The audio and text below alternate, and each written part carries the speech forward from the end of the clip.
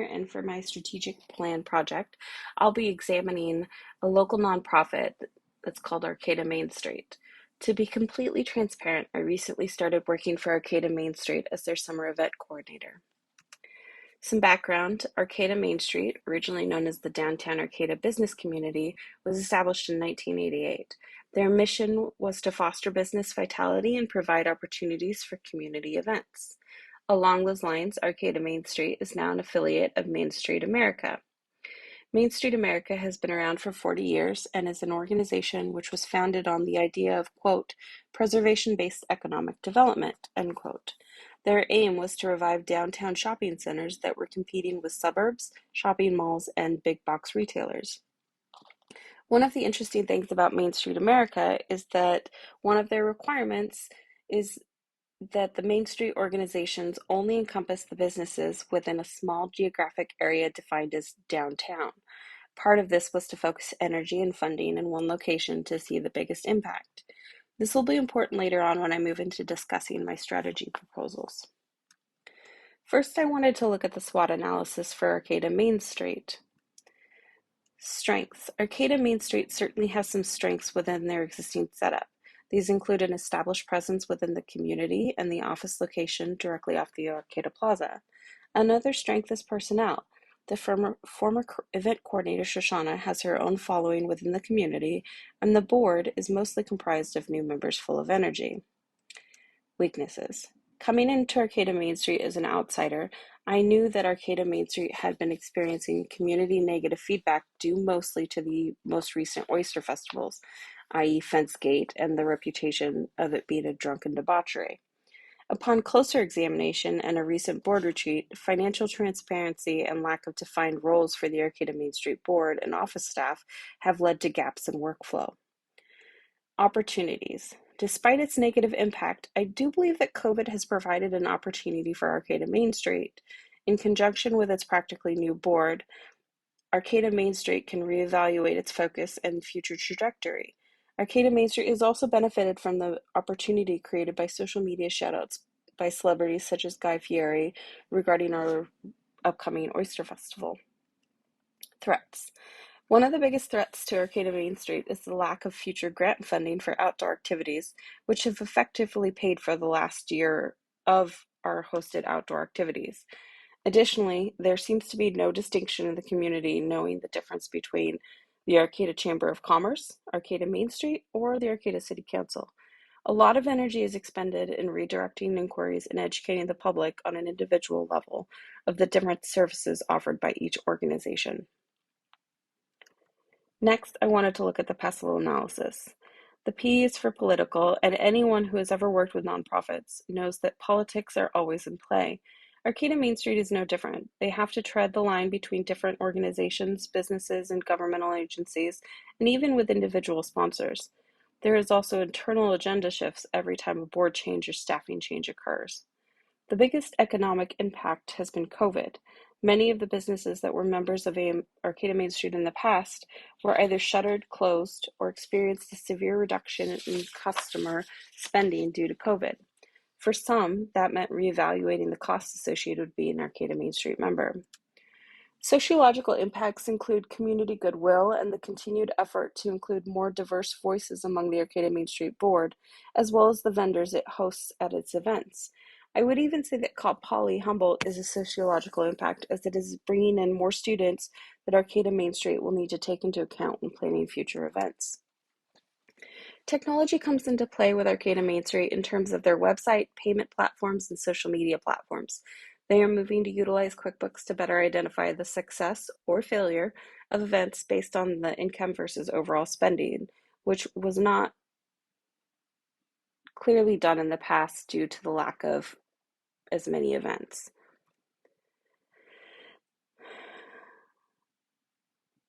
Legal does come into play for a nonprofit like Arcata Main Street in terms of needing to protect vendor information through website security. Arcata Main Street also has to deal with legalities such as banned contracts, event permits, and securing insurance. Environmental issues are important to so many different groups of people. Arcata Main Street has moved to incorporate zero waste practices at its events. Additionally, environmental impacts play a role in the tourism dollar that Arcata Main Street is encouraging to be spent at Arcata businesses. Lastly, the newly added E for ethical. This has to be a concern for all businesses, but Arcata Main Street and its political aspects needs to be doubly sure that they are being ethical in their practices. In the recent board retreat, the Arcata Main Street board was asked to ensure that in all their event planning and outreach, they were asking themselves if they were making room for all ages, disabilities, religions, ethnicities, social classes, sexual orientations, indigenous ancestries, national origins, and genders. Before we go into talking about Porter's Five Forces, I just wanted to take a moment and identify some of the main Arcata Main Street stakeholders. On the first tier, I'd identify Arcata Main Street board members and staff, as well as Arcata businesses. On the second tier, I think that Cal Poly Humboldt community members and finally entrepreneurs without existing storefronts are also stakeholders. Porter's Five Forces. The threat of new entrants is high for Arcata Main Street. Essentially, anyone can set up a nonprofit. The hard part is sustainability and longevity as an organization. The bargaining power of customers is also high because switching costs are low. The Arcata Main Street customers can be boiled down to its primary stakeholders, which we identified as Arcata businesses, and it is also important to mention grant makers as a stakeholder or as a customer because they buy into Arcata Main Street with funding provided from grants. I would say that the threat of substitute product is also high because the threat of new entrants is high. Customers can choose a new mission to believe in and support another organization with their dollar. The bargaining power of suppliers for Arcata Main Street is a little tricky as they don't utilize a lot of suppliers. However, I would say that it is on the lower side as printing, office supplies, and the few platforms utilized are easily interchangeable. The other aspect, which might be a little more difficult to quantify, is the suppliers of entrepreneurial support, i.e. vendors, or the suppliers of labor, i.e. volunteers.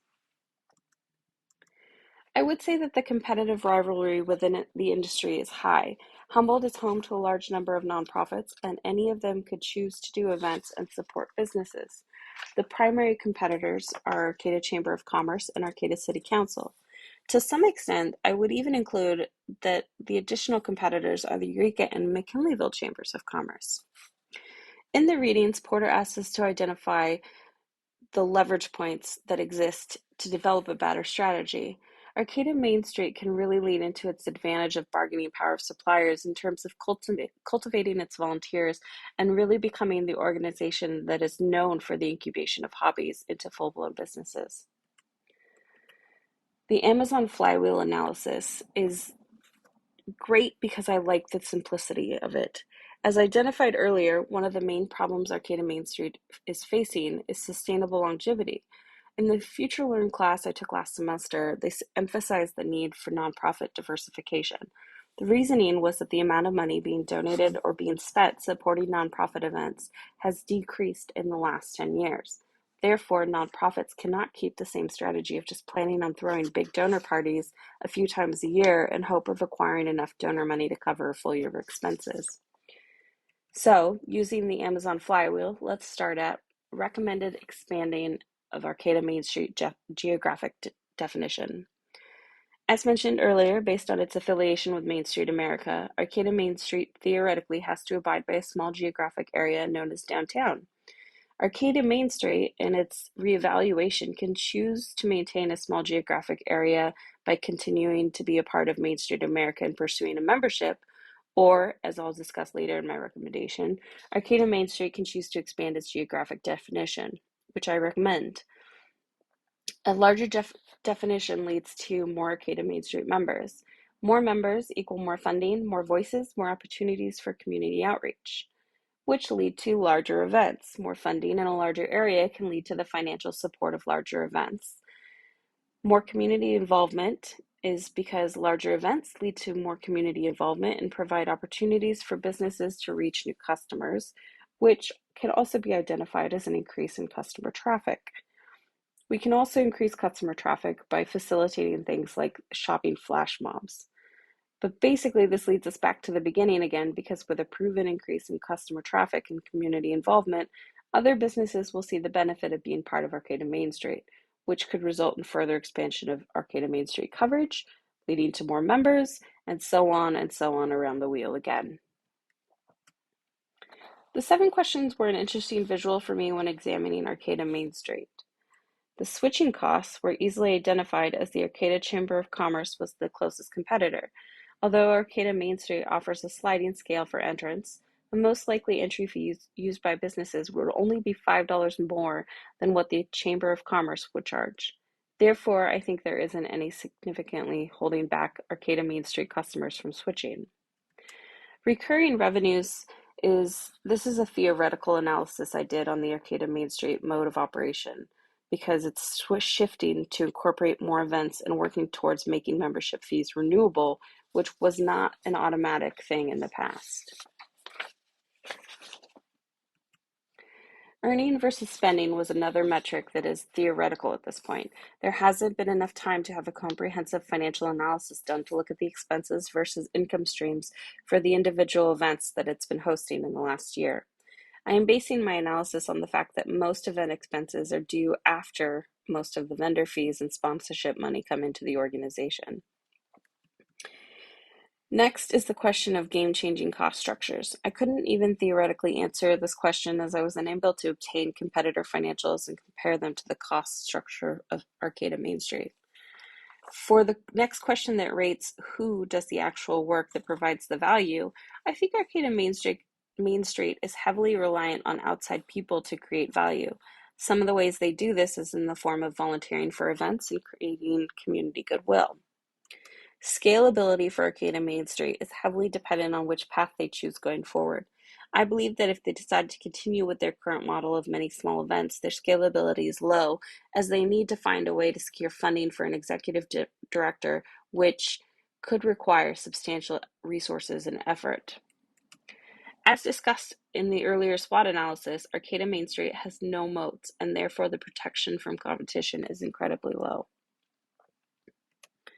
Financials are a little tricky, as I was having to examine old balance sheets that are reflective of what Arcata Main Street was 2 years ago, but they are not really reflective of the current Arcata Main Street model that has emerged in the last year.